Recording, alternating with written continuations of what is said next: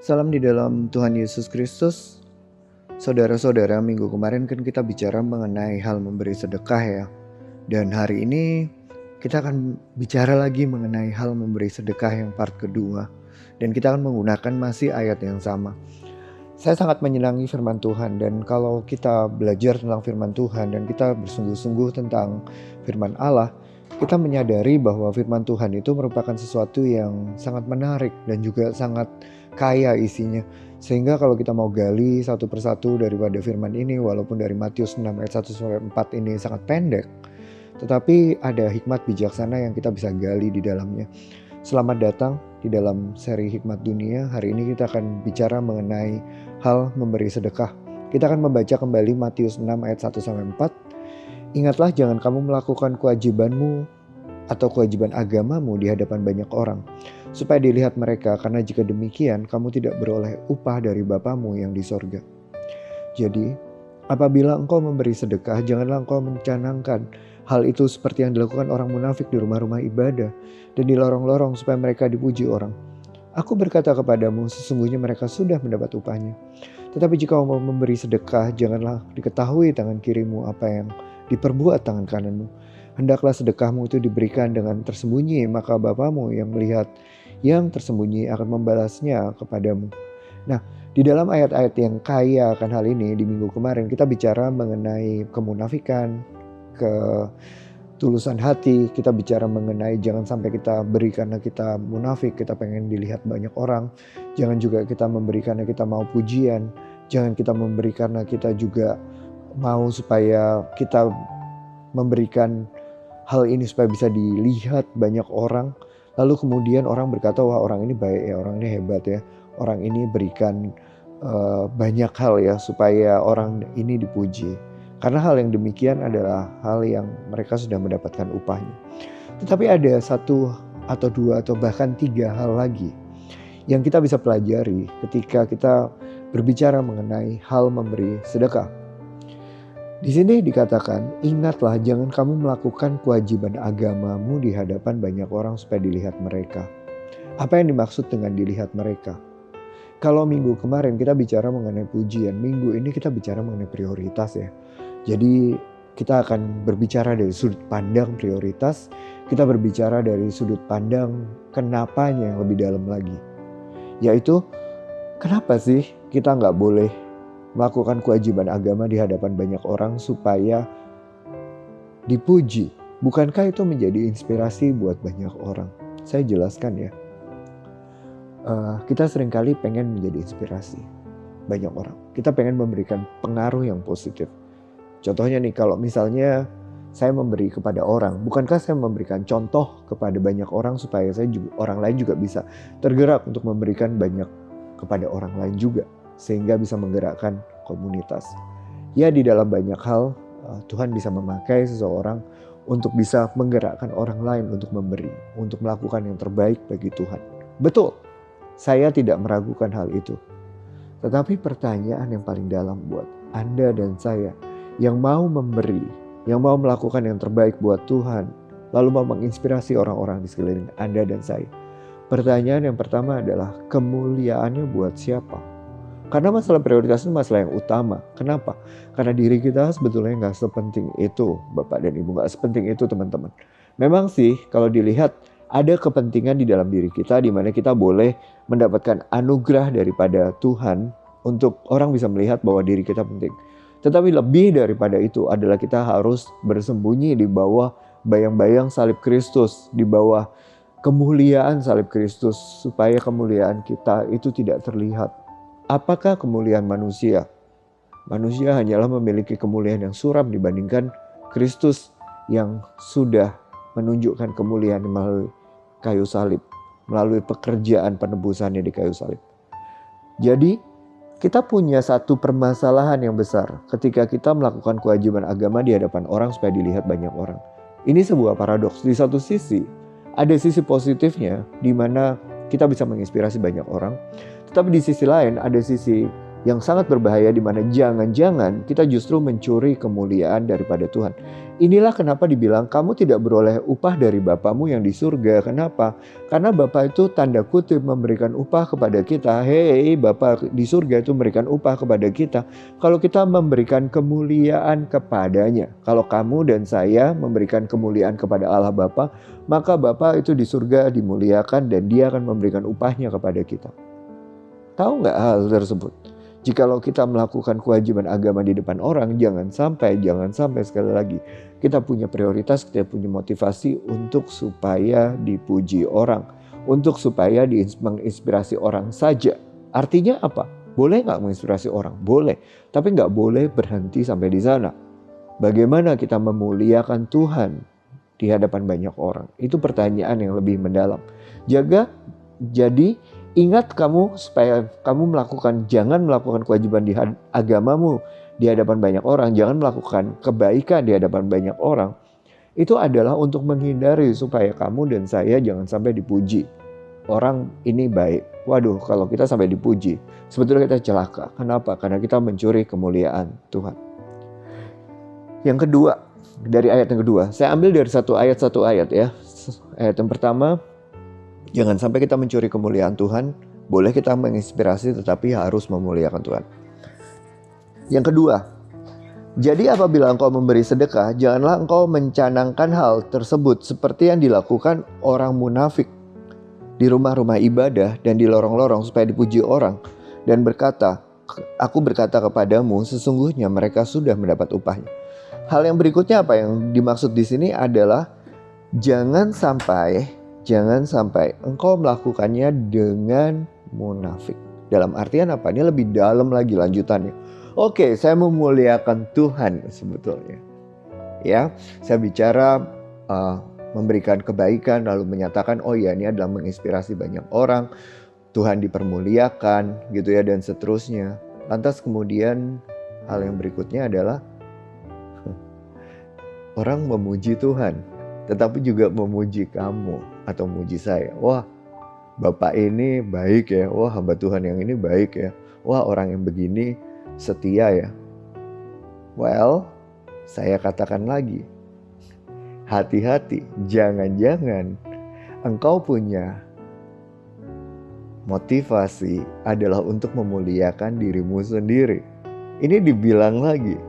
Walaupun begini, jangan sampai munafik. Munafik itu maksudnya apa? Ya, Tuhan dipermuliakan, tapi saya dapat cipratannya dikit-dikit dong. Gitu ya, saya juga nanti dipermuliakan dong.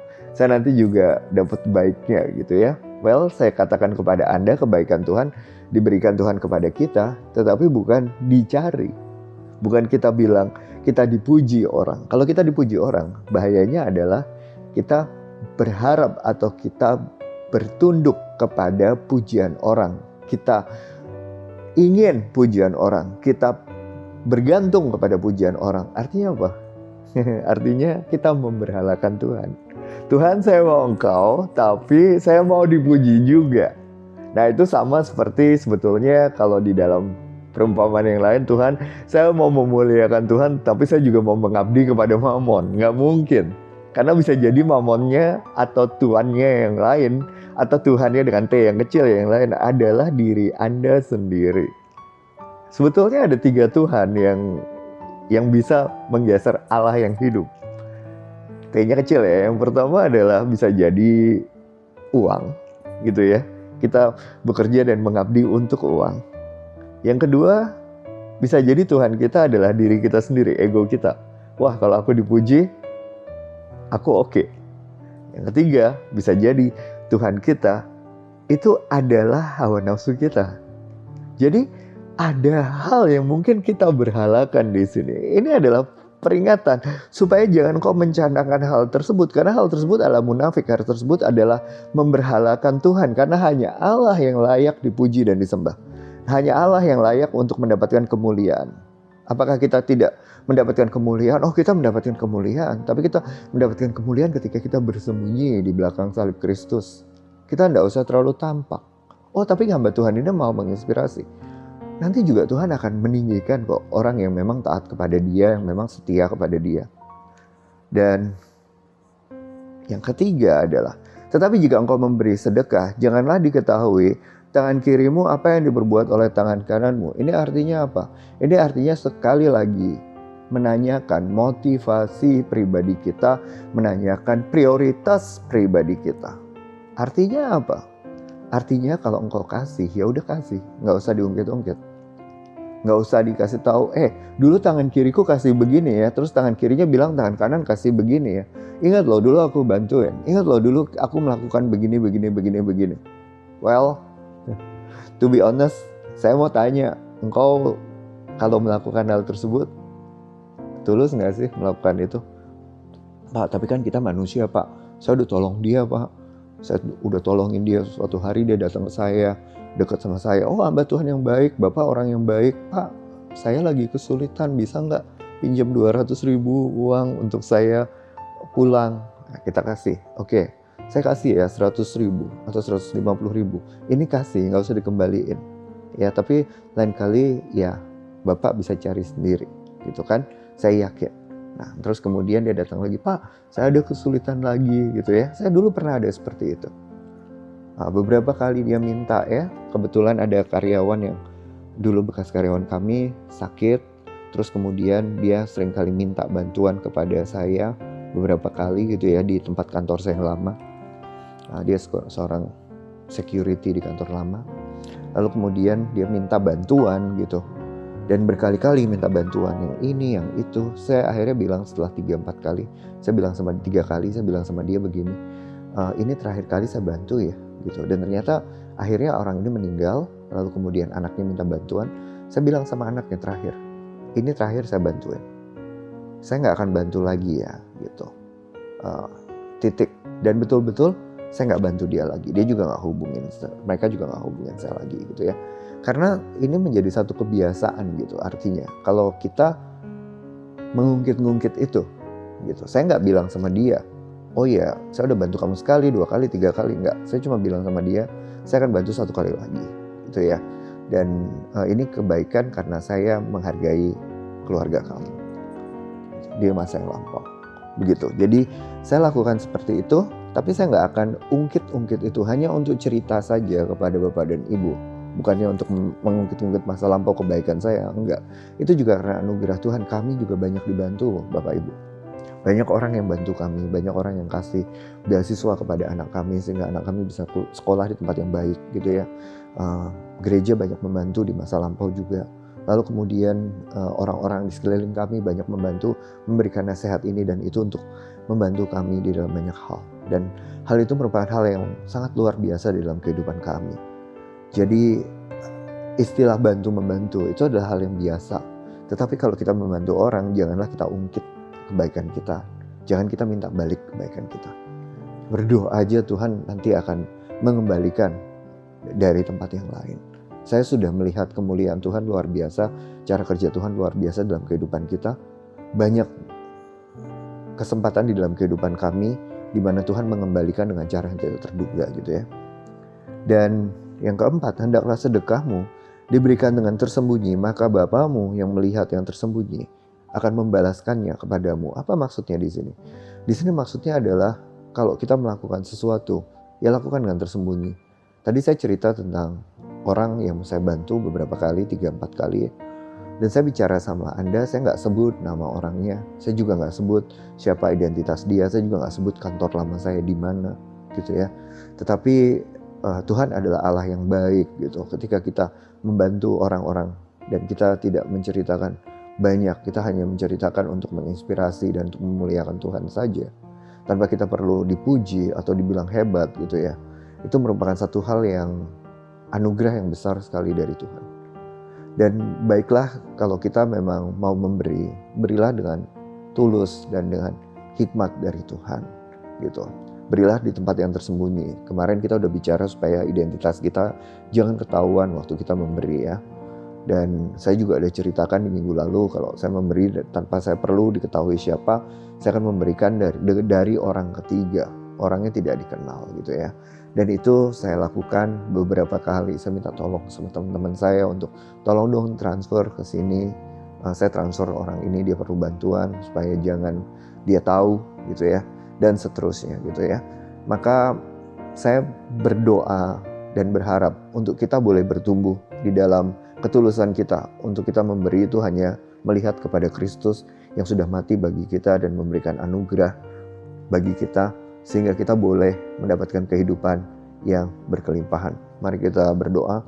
Tuhan, kami bersyukur akan hari ini kami sudah mendapatkan anugerah dari Tuhan. Tuhan, tolong kami supaya kami boleh melakukan yang terbaik bagi Tuhan. Dan kalau kami memberi, boleh memberi dengan tulus hati.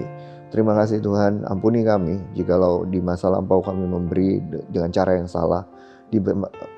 Jikalau di masa lampau kami memberi dengan cara yang kurang ikhlas, ataupun mengharapkan balasan atau belas kasihan orang di dalam memberi, kami gak tulus Tuhan. Kami memohon untuk Engkau boleh memurnikan pemikiran kami dan hati kami. Terima kasih Tuhan, biarlah kami dan hidup kami yang satu kali adalah hidup yang menginspirasi banyak orang, sehingga nama Tuhan boleh dipermuliakan. Dalam nama Tuhan Yesus kami berdoa, berkati keluarga kami, lindungi keluarga kami selalu. Di dalam dan demi nama Yesus kami berdoa, amin. Sampai berjumpa lagi minggu depan, Tuhan Yesus memberkati.